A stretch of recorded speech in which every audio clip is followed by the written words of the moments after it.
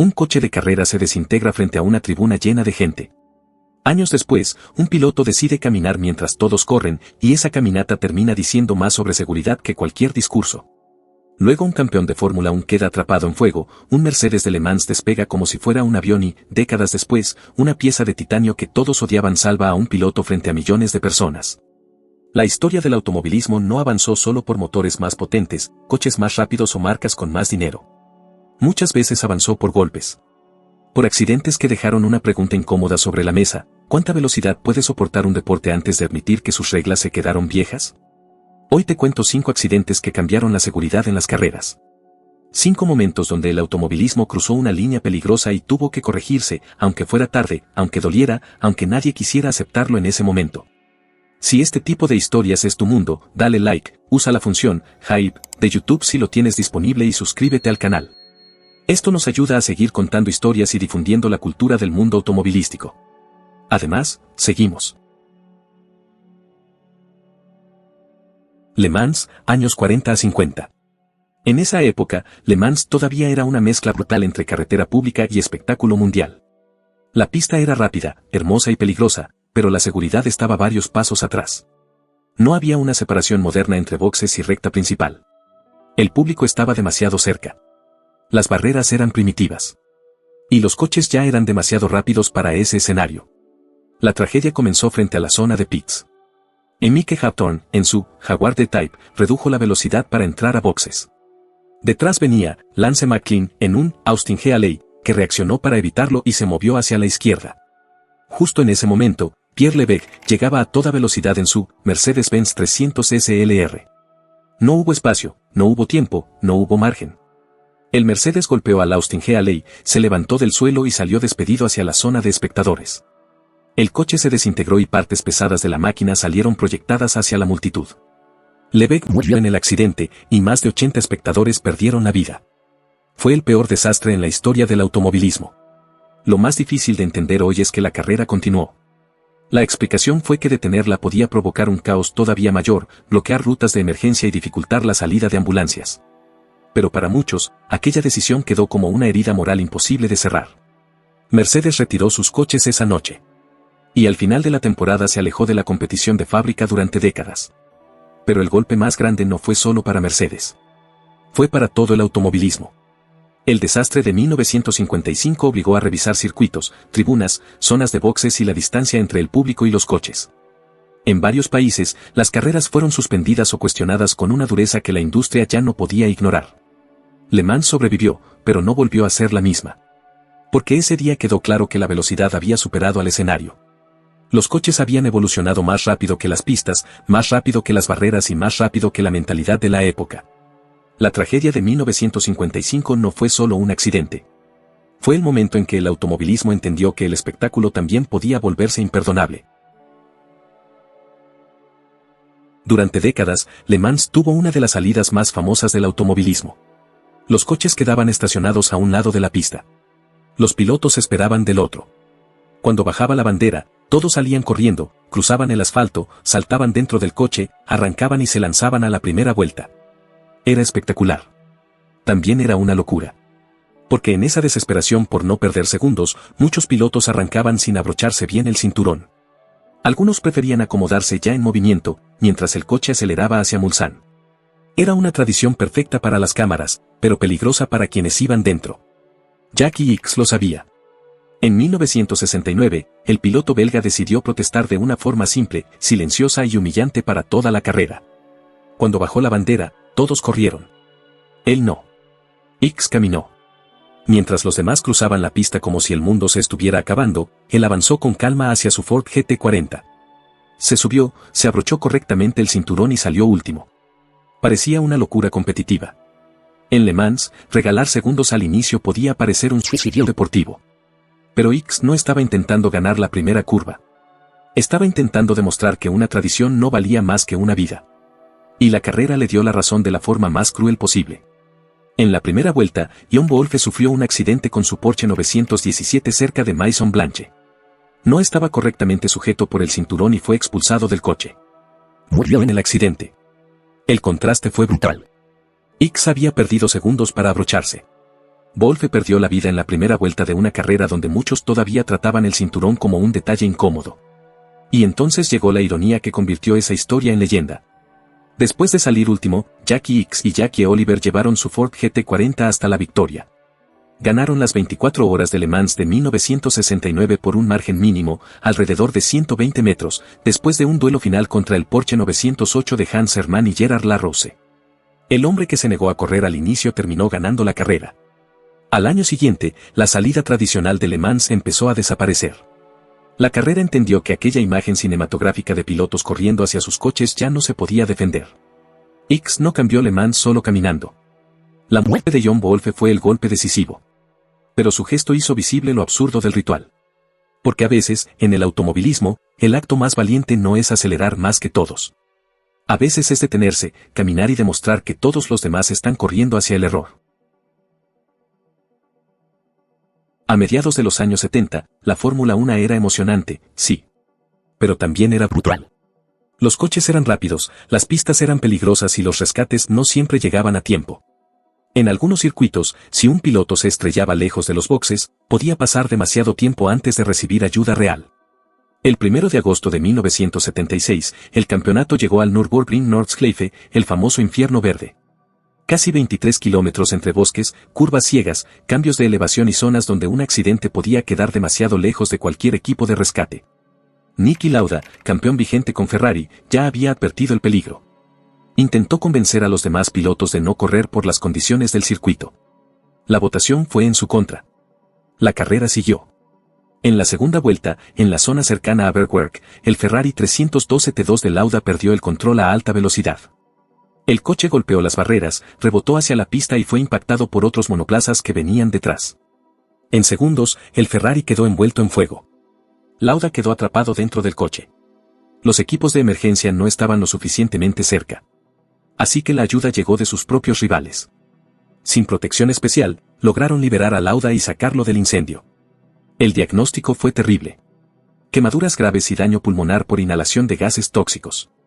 En el hospital, incluso recibió los últimos sacramentos. Muchos pensaron que no iba a sobrevivir. Pero Lauda sobrevivió. Y apenas 6 semanas después, apareció en Monza para correr el Gran Premio de Italia. Con vendajes, dolor y cicatrices todavía recientes, volvió a subirse a un Ferrari y terminó cuarto. Fue una de las muestras de voluntad más duras que ha visto el deporte. El accidente también dejó una lección enorme. Es verdad que los trajes ignífugos ya eran obligatorios antes de 1976, pero lo ocurrido con Lauda demostró que eso no bastaba.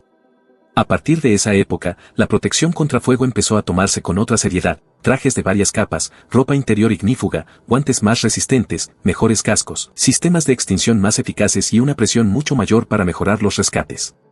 Y el Nürburgring Nordschleife nunca volvió a recibir una carrera de Fórmula 1. Lauda no solo sobrevivió al fuego. Su accidente obligó al automovilismo a entender algo que durante años había querido ignorar. La valentía de un piloto no puede ser la única medida de seguridad. Hoy, cada piloto que sale vivo de un incendio lleva una parte de esa lección encima. En 1999, Mercedes volvió a Le Mans con una máquina que parecía calculada para ganar. El CLR era un prototipo cerrado de categoría LMGTP.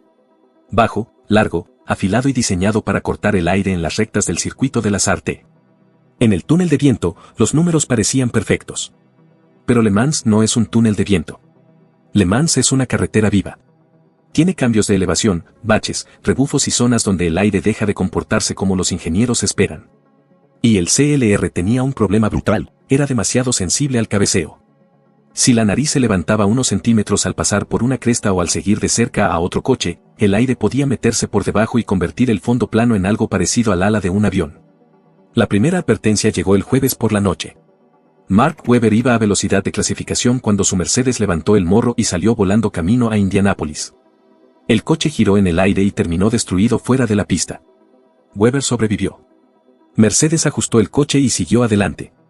El sábado por la mañana, durante el warm-up, Webber volvió a subirse. Y volvió a pasar. El CLR despegó otra vez, ahora en plena recta de Mulsanne, antes de la carrera.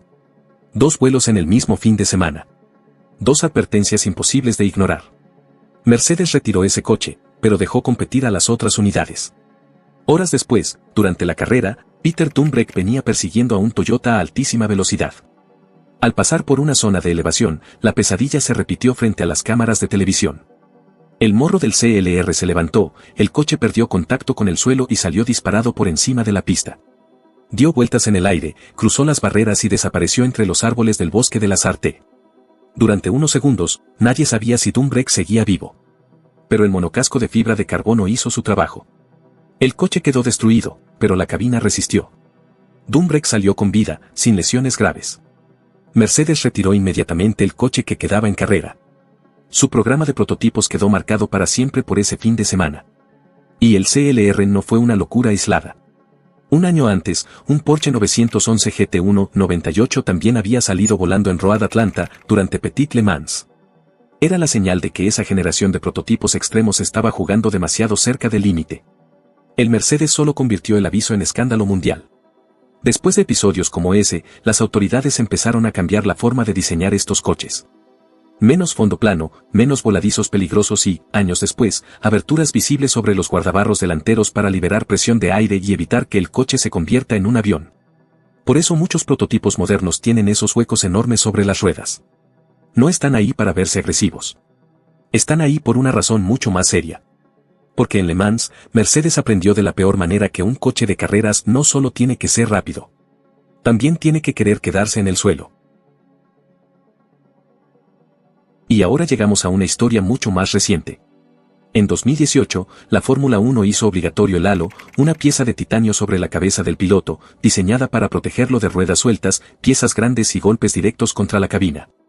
Al principio, casi nadie lo quería. Muchos fanáticos lo odiaban. Parte de la prensa decía que arruinaba la estética de los monoplazas. Incluso algunos pilotos tenían dudas por la visibilidad. La FIA no cedió. Y 2 años después, esa decisión salvó una vida frente a todo el mundo. 29 de noviembre de 2020. Gran Premio de Bahrein. Primera vuelta. Romain Grosjean toca el coche de Daniil Kvyat y su Haas sale disparado hacia la barrera metálica a 192 km por hora. El impacto fue brutal, 67 G. El coche atravesó la barrera, se partió en dos y la celda de supervivencia quedó incrustada entre las láminas de acero. En segundos, el combustible provocó un incendio enorme alrededor del piloto.